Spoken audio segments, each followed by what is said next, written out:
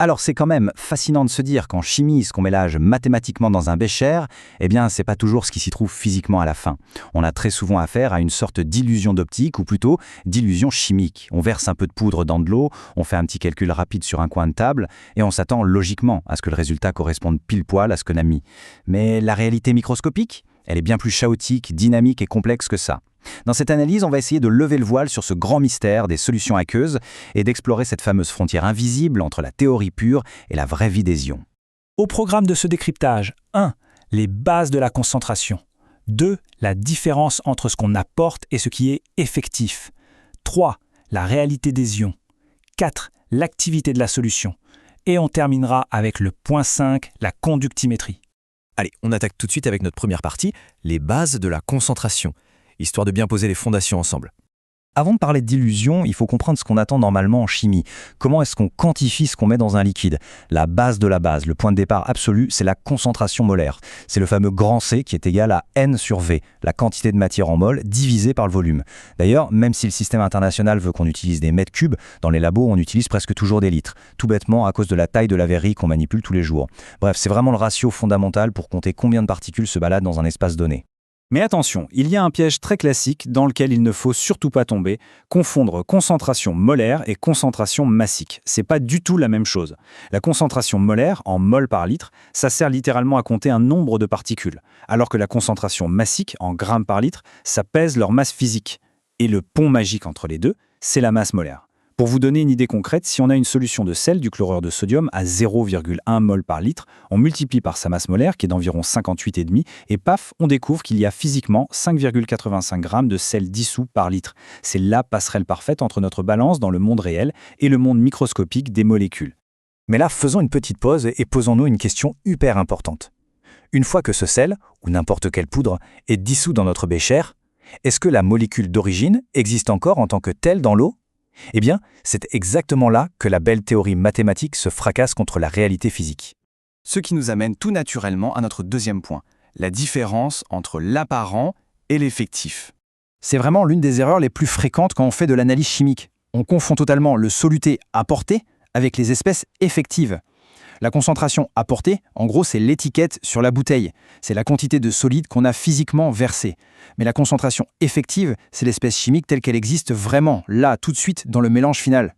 Parce que très souvent, le solide de départ se décompose complètement. Il disparaît purement et simplement en tant qu'entité unique. Donc s'accrocher uniquement à la concentration qu'on a apportée au début, c'est un peu comme chasser un fantôme, ça n'a aucun sens. Et ça, c'est ce qu'on va voir en détail dans notre troisième partie, la réalité des ions. Pour bien se représenter cette histoire de dissociation ionique, j'aime bien utiliser une analogie toute simple. Imaginez un vélo. Votre solide de départ, votre molécule, c'est le vélo entier. Si vous plongez ce vélo dans un solvant magique qui le démonte pièce par pièce, à la fin, vous n'avez plus de vélo. Vous avez 2 roues, un cadre, un guidon. L'unité de départ a été complètement démantelée en plein de petits composants indépendants. Et bien pour un cristal chimique comme le chlorure de fer 3, le FeCl3, c'est exactement pareil. Au départ, on met une mole de ce solide bien compact. Mais à l'arrivée, après dissolution, boum, le solide n'existe plus. On se retrouve avec 1 mole d'ion fer et surtout 3 moles d'ion chlorure. Les coefficients de la réaction viennent littéralement démultiplier le nombre de particules qui flottent dans notre bécher. Et c'est ce point précis qui est dingue. On a un effet multiplicateur absolu. Pour nos ions chlorure, la quantité effective qu'on a à la fin, c'est littéralement le triple de la quantité de solide qu'on avait mise au départ. Fois 3. Si on se contente de regarder la concentration de départ, on passe complètement à côté de cette explosion du nombre de particules. Alors, pourquoi on insiste autant là-dessus? Eh bien parce que connaître ces fameuses concentrations effectives, c'est crucial. C'est littéralement le seul et unique moyen de prévoir correctement si un précipité va se former ou de calculer un pH qui tienne la route. Imaginez utiliser un composé qui libère 3 ions hydroxyde d'un coup. Si vous oubliez le multiplicateur, votre calcul d'acidité sera complètement à côté de la plaque. Allez, on passe à la quatrième partie, l'activité de la solution. Parce que oui, l'histoire ne s'arrête pas là. Ce serait trop simple. Même si on arrive à compter précisément le nombre de nos petites pièces détachées, nos ions libres dans le bécher, ça ne suffit toujours pas. Pourquoi? Parce que quand la concentration commence à grimper, la solution fait face à un vrai problème, l'encombrement ionique. C'est là qu'intervient la notion d'activité. Quand c'est très dilué, tout va bien, les ions s'ignorent, on dit que la solution est idéale. Mais quand il commence à y avoir du monde, les ions positifs et négatifs commencent à s'attirer mutuellement. C'est l'embouteillage. Leurs mouvements sont freinés, leurs réactions aussi.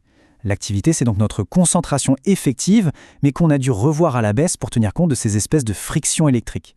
D'ailleurs, des chercheurs comme Debye et Huckel ont carrément mis ça en équation. Leur formule utilise ce qu'on appelle la force ionique pour calculer un coefficient d'activité.